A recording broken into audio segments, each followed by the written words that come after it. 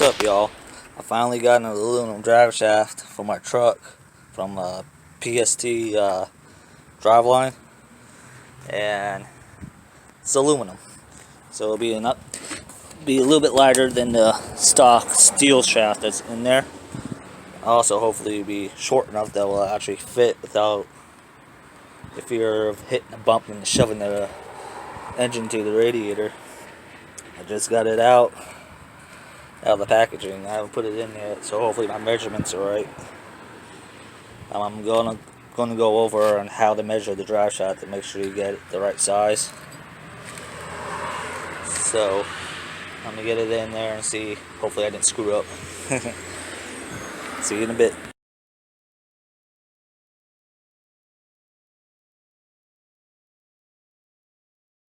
Okay, so I got the old drive shaft out, and I got the new drive shaft in, and that should fit no problem. It was actually like an inch shorter, which is pretty much perfect. I'm gonna go over this way. So that's what it looks like. It's got a little bit of stick out right there, which it didn't have before. It's only up against the seal, and of course it fits no problem in the flange, which was actually probably the thing I was concerned most about. Alright, so if you want to order a drive shaft from this company, you gotta make sure, in order to measure it, you gotta take your tape measure, and put the end up against the metal part of the seal. Not where the boot is, but pretty much where the end of the extension housing comes off the transmission. You want to put the tape measure there, and you measure to the front face of the flange. That's be your first measurement. The second measurement is the same thing, all the way from the lip of the seal all the way to the front face of the pumpkin of the rear axle. That way they could do some type of equation to get the right measurement for the actual drive shaft. That way you got enough play for the suspension to move up and down without having the motor be shoved into the radiator and causing major issues. Your third measurement, be easy to show on this one. Third measurement is specifically for the back. The rear flange is how wide the U-joint is with the caps on. So from this face to this face, you want to make sure you get that measurement. The fourth measurement is how the outer diameter of the U-joint cap. Now I got a bachelor joint on there, so the caps inside the drive shaft and the caps out here are two different sizes. That's just how they did it. So if I had to get U-joints, I probably have to get it specifically from them.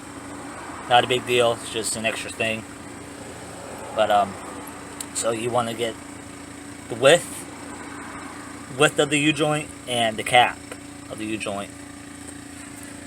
Your fourth measurement, or fifth measurement, my bad, is the outer diameter of the slip yoke. You want to get this outer diameter of the slip yoke. Now they got specific slip yokes up there for the big 3.4 Chevy Dodge. I'm not exactly sure which ones they got, but I know on Dodge ones specifically the 904 and the 727. My transmission uses the 727 style, which is, I forget what the outside measurement of the outer diameter of the slip yoke is, but the spline count on the inside, the part that this actually splines to on the transmission, is the 30 spline. So that's specific for this type of drive shaft. The slip yoke that bolts into the that bolts into the rear axle. There's other types that are slip shaft where it's fixed on both ends, and you got the slip in the middle. That's what the gear track was supposed to be, but I had trouble trying to find a company that actually make one. And even then, I guarantee it would have been a lot of money. This aluminum drive shaft only cost me about $500 shipped, which I thought was pretty good considering OEM drive shaft's about $6. So there's that. Then there's also ones where it's got the slip shaft in the front but a fixed flange on the back.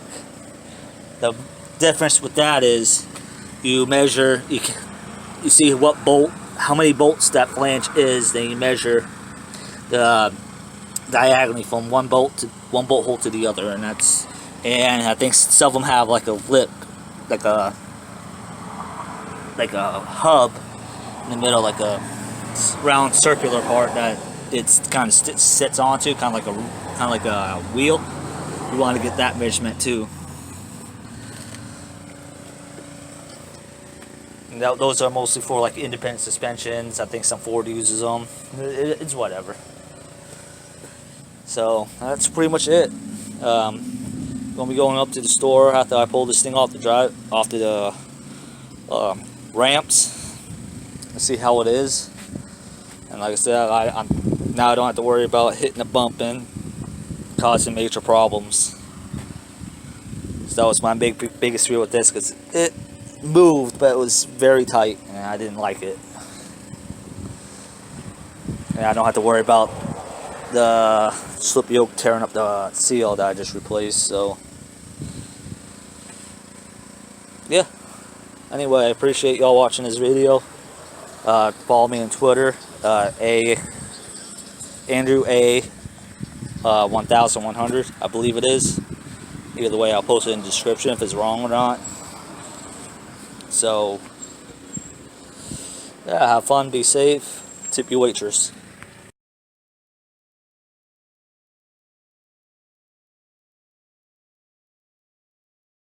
Alrighty, so I just got back from the store. This thing drove like a freaking dream. I don't hear no noises coming from the drive line.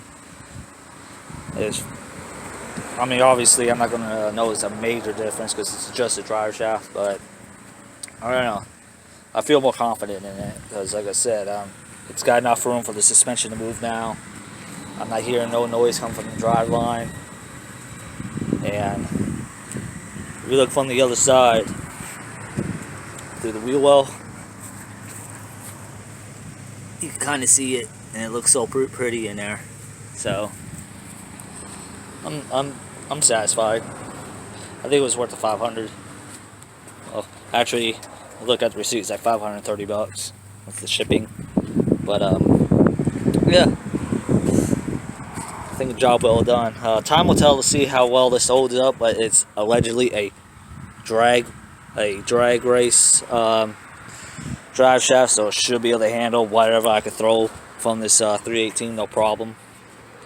I plan on putting the turbocharger on it eventually, so, and even then I'm not going to go crazy with the boost because I want to make sure this thing is reliable as I can make it. But it is a Dodge, so whatever.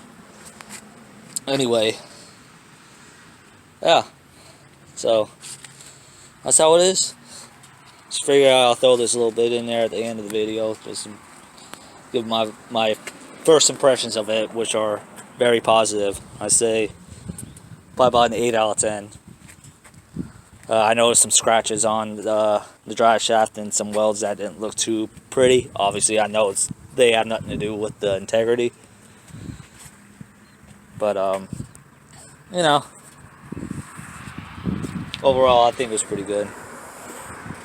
Anyway, y'all be safe, have fun, and tip your waitress.